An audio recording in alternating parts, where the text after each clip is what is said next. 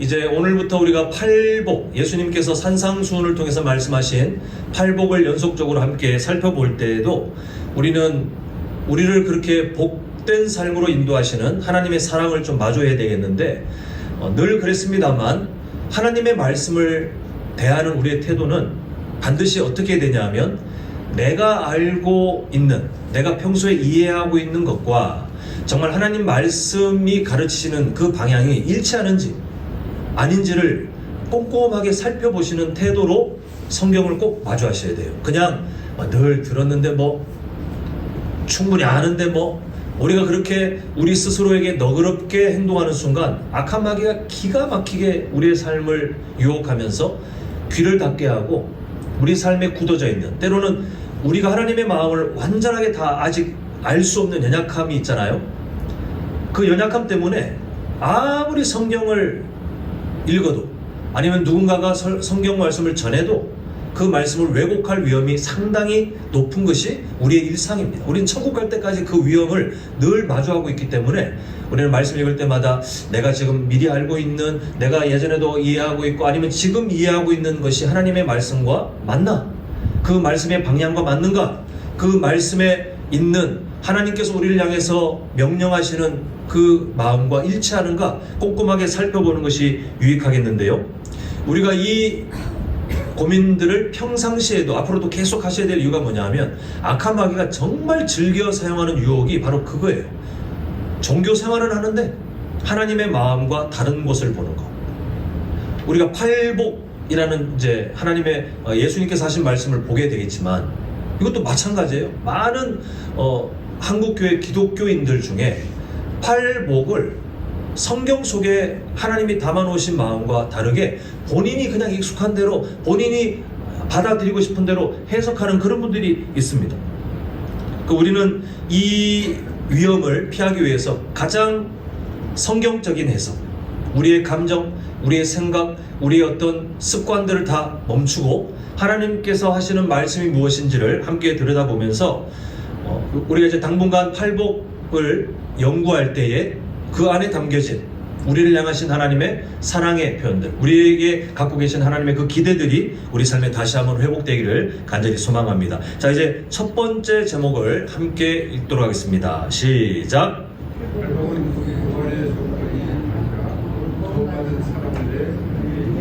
네, 이 영적 교훈을 이해하려면 이제 마태복음의 흐름을 잠시 한번 정리해야 되겠는데요. 우리가 지금 마태복음 5장을 보게 됩니다. 근데 바로 앞에 4장에 보면은 예수님께서 이미 하나님의 나라를 선포하세요. 하나님의 나라가 가까웠다는 것을 선포하십니다. 그리고 메시아로서 병든 자들을 고치시며 하나님께서 보내신 구원자로의 면모를 마음껏 보여주세요. 그리고 우리가 이제 오늘 보게 되는 마태복음 5장에 들어와서 이제 팔복이라는, 우리가 이제 흔히 축약해서 이렇게 말하는 그 메시지를 선언하기 시작하시는데, 이미 하나님의 나라를 미리 말씀하시고 메시아로서의 그 사랑을 드러내신 다음에 그 다음에 팔복에 대해서 말씀하시는 그 순서가 왜 중요하냐면, 이 팔복이라는 것이 하나님의 나라와 무관한 사람들한테 그냥 전해지는 잘 사는 법, 아니면 착하게 사는 법, 아니면 도덕적으로 괜찮아지는 법이 아니라는 거예요. 하나님의 나라와 반드시 연결되어 있는 것이 팔복의 메시지입니다.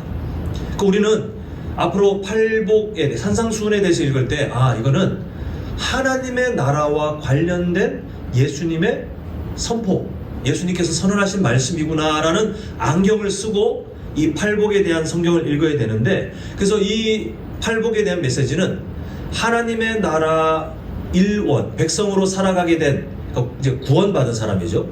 그 구원의 은혜를 누린 사람들에게 주어진 메시지임을 우리가 보게 됩니다. 꽤 많은 사람들이 이 팔복에 있는 그 흐름을 어떻게 이해하냐면, 뭐 하면 뭘 줄게, 하나님께서 이렇게 말씀하신 것처럼, 예수님께서 이렇게 말씀하신 것처럼 곡해해요. 그래서 예를 들면, 심령이 가난해야 너 천국을 얻는다, 아니면 애통해야 너 위로를 받는다. 그러면 내가 천국 구원을 얻으려면 심령이 가난해야 되고, 내가 위로를 받고 싶으면 내가 애통해야 되고, 이렇게 뭐 하면 뭐를 얻는다라는 구조로 팔복을 이해하려는 분들이 계시는데, 그러면 완전히 이상하게 읽게 돼요. 만약 이렇게 읽잖아요. 그러면 당시 유대 종교 지도자들이 믿었던, 그 많은 사람들을 미혹했던, 그리고 갈라디아 교회에서도 그 거짓 교사들이 외쳤던, 이렇게 행동해야 이런 복을 받습니다라고 하는, 이렇게 해야 뭘 얻습니다라고 하는 인간의 행위에 관련된 뭔가, 사람이 뭘 해야 얻을 수 있다는 그런 잘못된 메시지로 팔복을 읽잖아요. 그러면 예수님께서 주신 이 복된 말씀이 우리에게 또 하나의 무거운 율법적인 짐처럼 우리는 그렇게 이 말씀을 오해하기 딱 좋다는 것입니다. 근데 예수님은 그 말씀을 하시려고 팔복에 대한 메시지를 전한 것이 절대 아닙니다. 이 마태복음은 상식적으로 이제 딱 아시면 좋을 것이, 마태복음은 읽게 할 그 원래 대상을 누구에게 했냐면 유대인들에게. 이방인들도 있고 유대인들도 있잖아요. 근데 유대인들에게 예수님을 전하고 싶어서 기록하게 된 복음서입니다. 그래서 이 마태복음을 보면 내용들이 다 유대인들이 잘 이해할 내용으로 되어 있어요. 근데 마태복음에서 뭘 강조하냐면 구원과 율법의 순서에 대해서 강조하는데, 구원, 우리 이거 예전에 한번 다뤘던 적이 있습니다. 구원이 주어진 다음에 그 다음에 율법이 오는지, 아니면 율법이 주어진 다음에 그 다음에 오는지 출애굽 사건을 통해서 설명하는데, 아시다시피 출애굽 사건이 먼저 있고 그 다음에 하나님께서 그 백성들을 불러다가 시내산 언저리에서 율법을 가르치시잖아요. 이 순서가 매우 중요한 하나님 나라의 방식이라는 거예요. 세상은 자꾸 뭘 해야 뭘 준다, 율법을 지켜야 그다음 구원을 준다, 이렇게 할 것처럼 보여지지만 하나님의 일하시는 방식은 이스라엘 백성들이 그때 노예로 살 때 율법을 율법 받지도 않았잖아요. 이해하지도 못했잖아요. 그냥 살려주세요 이렇게 하나님이란 그 어떤 분을 알면서 그런 믿음으로 고백한 것도 아니고 그냥 고통 속에 절망적인, 우리가 칼빈주의 5대 교리의 그 첫 번째 주제처럼 전적 타락, 스스로 뭔가 할 수 없는. 근데 하나님께서 일방적으로 가셔서 출애굽 하신 다음에 구원해 주신 다음에 그 다음에야 율법을 주시는 것을 보게 됩니다. 똑같다는 거예요. 하나님 나라 백성으로 살아갈 방식을 예수님께서는 선언하시는데, 그 선언의 순서가 이렇게 해서 지키면 너희들이 구원을 얻을 거야를 말씀하신 적이 어디에도 없어요. 아까 말씀드린 것처럼 마태복음 4장, 5장 그 직전에 있는 팔복 나오기 전에도 이미 하나님의 나라에 대해서, 그리고 구원의 은혜에 대해서 충분히 다 말씀하시고 그 다음에 하나님의 나라 백성이 살아갈 방식으로 팔복을 설명하고 계시더라는 것입니다. 정리하자면 이 팔복은 지금 제목에 있는 것처럼 구원의 조건이 아니라 뭐라고 되어 있죠?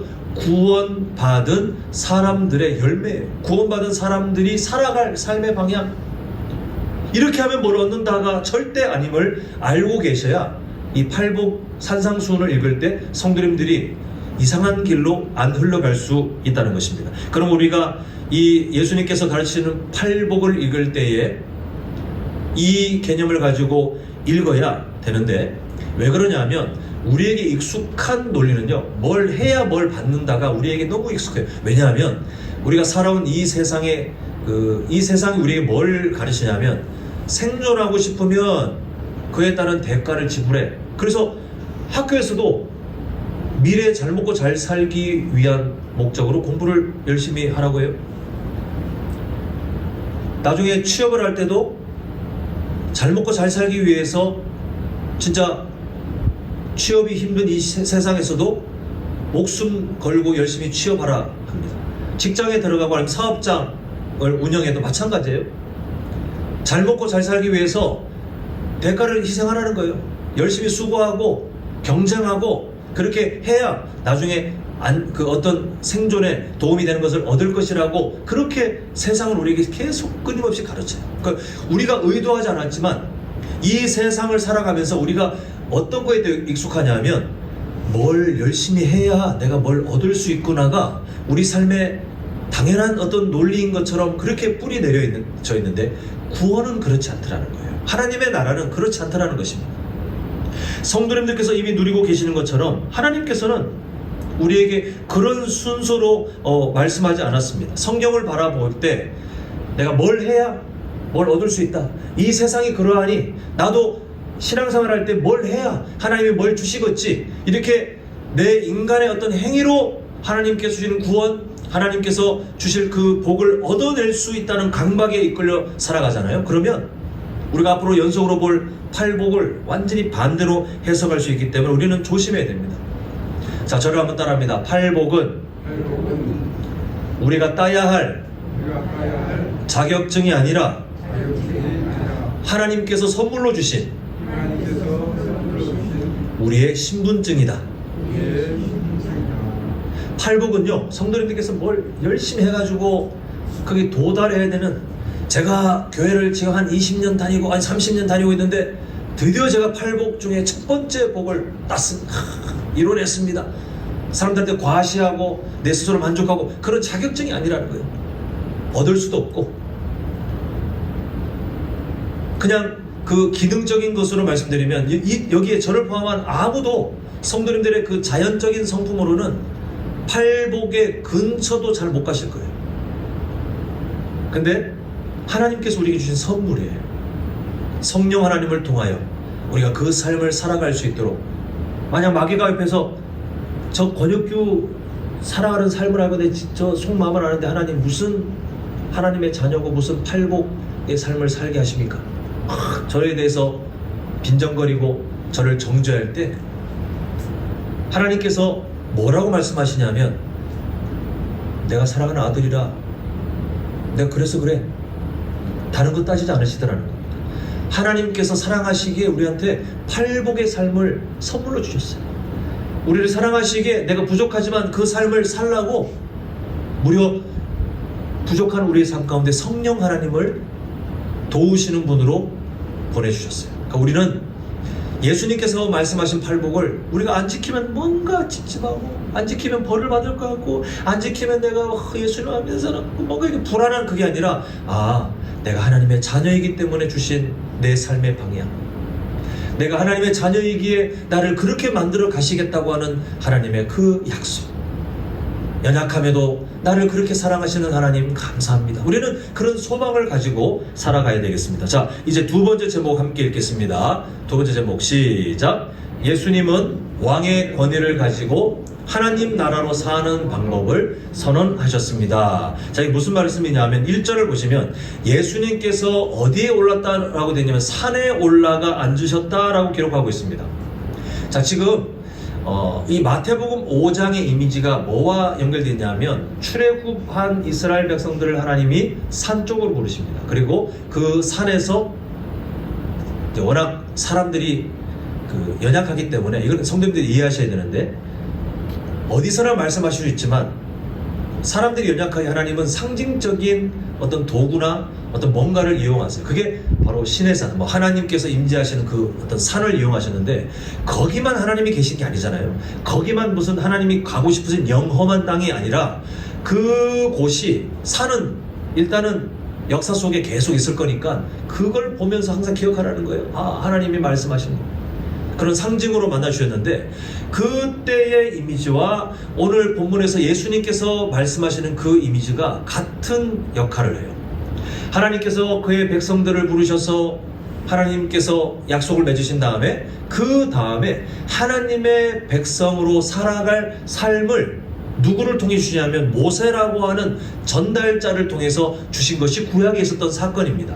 그 산과 관련돼서 주셨는데, 오늘 본문에서 예수님이 직접 그 산에서 어떤 전달자 필요 없이 율법의 완성자이신, 또 율법 그 자체이신, 그리고 만왕의 왕이신 그 예수님께서 친히 그의 백성이 될 사람들에게, 예수님 믿고 하나님의 나라의 일원이 될 사람들에게, 나의 나라 백성들은 앞으로 이렇게 살아갈 것이다 라고 하나님 나라가 살아갈 삶의 방식을 선언하고 계세요. 자, 이때 올라가 앉으셨다라고 번역된 헬라어는요, 어떤 때에 쓰는 단어냐면, 당시에 랍비들, 이제 유대인들 입장에서 봤을 때는 랍비가 말씀하신다, 함부로 말씀을 전할 수 없었거든요. 이 공인된 사람이 공인된 어떤 상황에 자, 이제 하나님 말씀을 전합니다 라고 하면 다들 이게 딱 마음을 조심하고 자세를 조심하고 그렇게 집중할 때 그 랍비가 하나님의 말씀을 선언할 그 랍비의 삶이 공식적인 일이 돼요.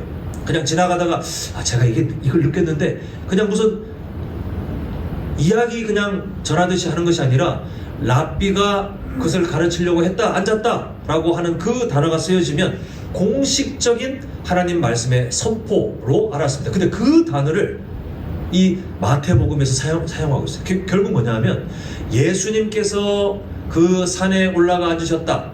그러면 우리는 지금 모르잖아요. 제가 아까 이렇게 말씀드렸죠. 마태복음은 이방인들이 읽게 쓰여졌습니까? 아니면 유대인들이 읽게 쓰여졌습니까? 제가 아까 뭐라고 말씀드렸죠? 유대인들이 읽도록 쓰여졌다 했죠.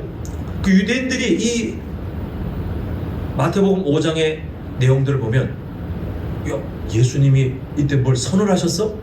공식적으로 뭘 선포하셨다는 그 말인가 보네? 이렇게 받아들일 수 있는 단어가 바로 올라가 앉으셨다. 이제 이런 말이 됩니다. 그래서 만왕의 왕이신 예수님께서 지금 말씀하시는데 구약에는 돌판에 하나님 나라의 백성이 살 방법을 적어주셨다면 이제는 예수님께서 선언하시는 그 하나님 나라의 방식은 돌에 이제 적을 필요가 없어요. 이제 어디에 적어요? 성도의 마음에. 누가요? 성령님께서 직접 임재하셔서 친히 마음에 새기시는 거예요.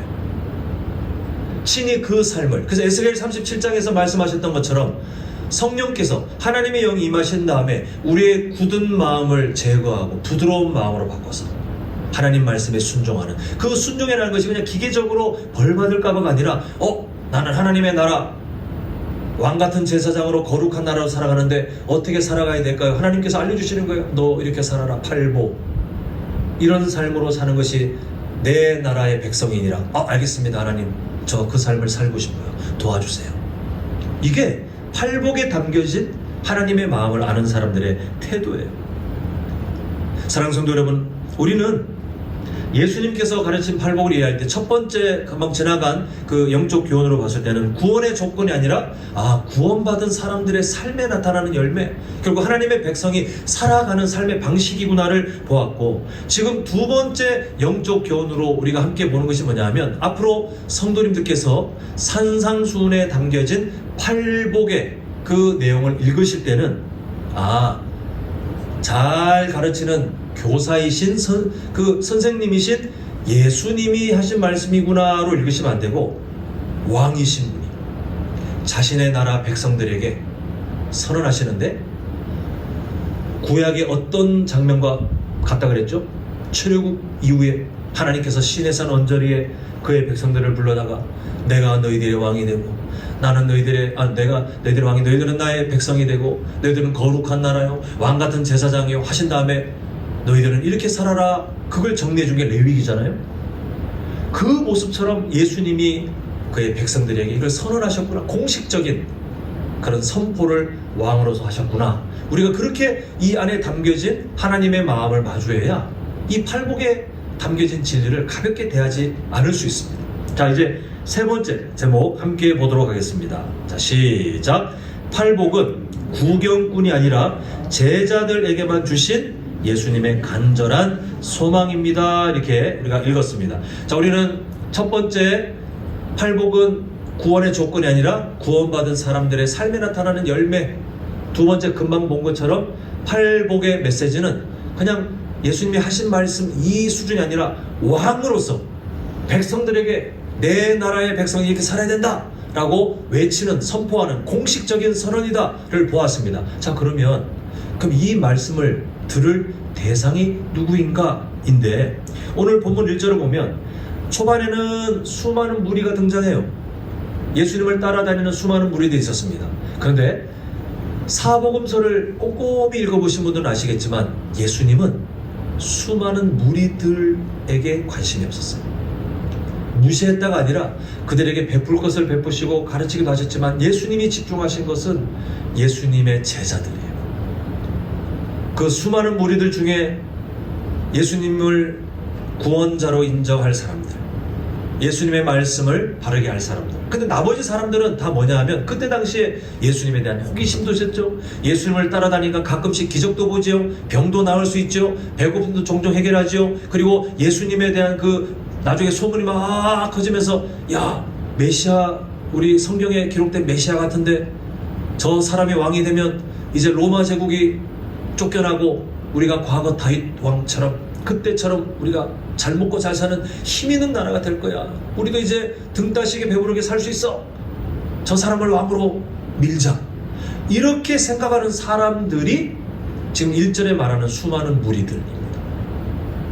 근데 예수님은 수많은 무리들에게 이 말씀을 전하시는 것이 아니라 그 뒤에 보면 수많은 무리들이 있는데 제자들이 오니 그때 예수님께서 팔복에 대한 말씀을 전하고 계시는 것을 보게 돼요. 결국 하나님 나라의 백성으로 사는 법, 왕이신 예수님이 맞다면 그 백성으로 어떻게 살아가야 될지를 이제 들어야 되는데 예수님의 마음이 뭐냐 하면 그냥 아무나 들어라가 아니라 그렇게 살아갈 제자들에게 이 소중한 삶의 방식을 알려주고 싶으셨어요.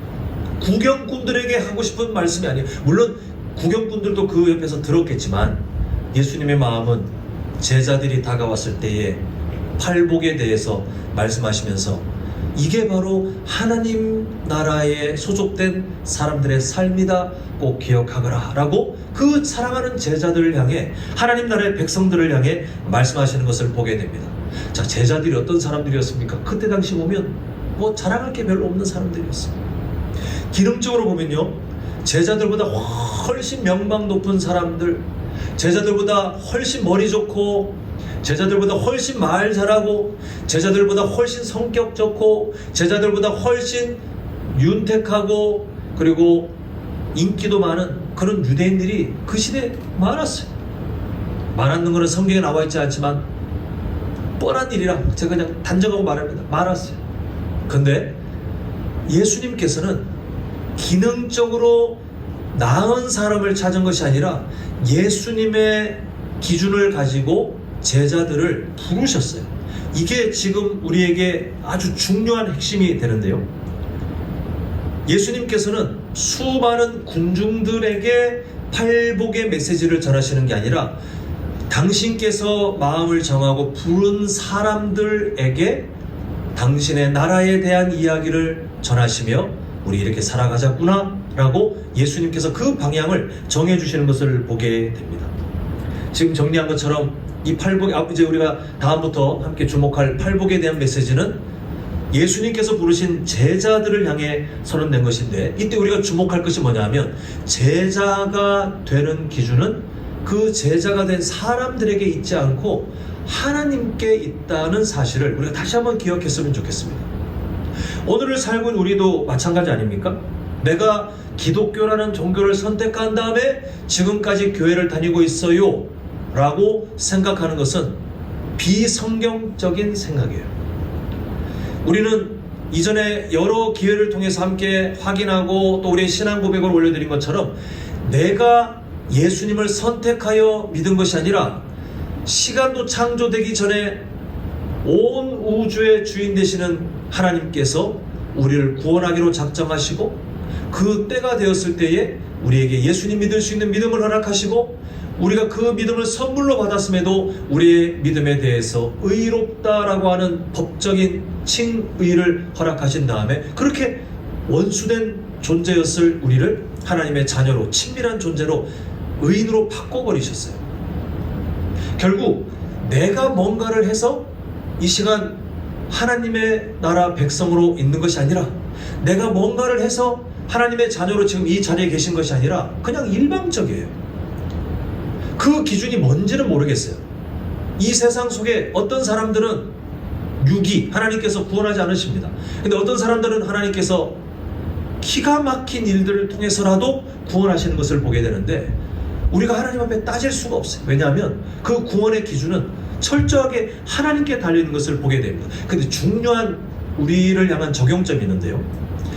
예수님께서 수많은 무리들에게 이 팔복에 대한 메시지를 전하신 게 아니라 제자들, 예수님께서 부르신 그 제자들에게 예수님을 따르며 하나님의 나라 백성으로 살아갈 그 사람들에게 하나님 나라 백성으로 살아갈 삶의 방식들, 이 팔복을 전하시는데, 이 전하시는 이유는 그 안에 예수님의 꿈이 담겨져 있어서 그래요.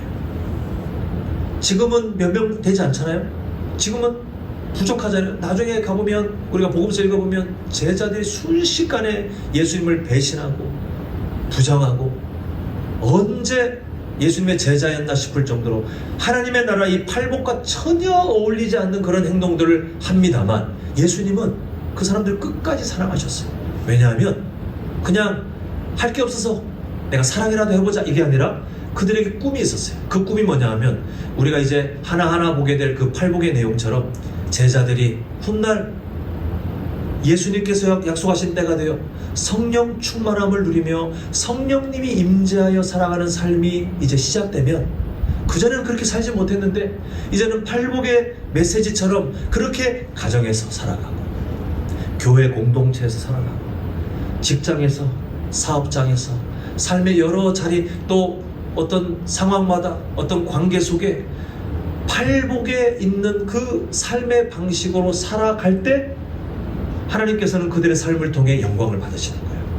하나님께서는 그들의 연약한, 그러나 그렇게 살아가도록 성장할 그 사람들의 삶을 통해서 하나님 나라의 통치 방식을 죄로 가득한 이 세상 속에 여전히 드러내시겠다는 것이 바로 하나님의 꿈인데요, 이것은 오늘을 살고 있는 우리에게도 동일하게 적용되어 있습니다. 성도님들께서 지금 이 자리에 계시고, 또 우리가 이제 계속 연속적으로 팔복에 대한 메시지를 들을 때, 야, 저 목사가 이제는 팔복이라는 것을 하는구나, 몇 주나 하려나, 이렇게 뭔가 어떤 지식 전달이나 어떤 프로그램이 아니라 성도님들께서 딱 아셔야 될 믿음의 확인하셔야 될 믿음의 고백이 무엇이 되어야 되냐면요, 하나님께서 나에게 저 삶을 살아가라고 꿈을 갖고 계십니다.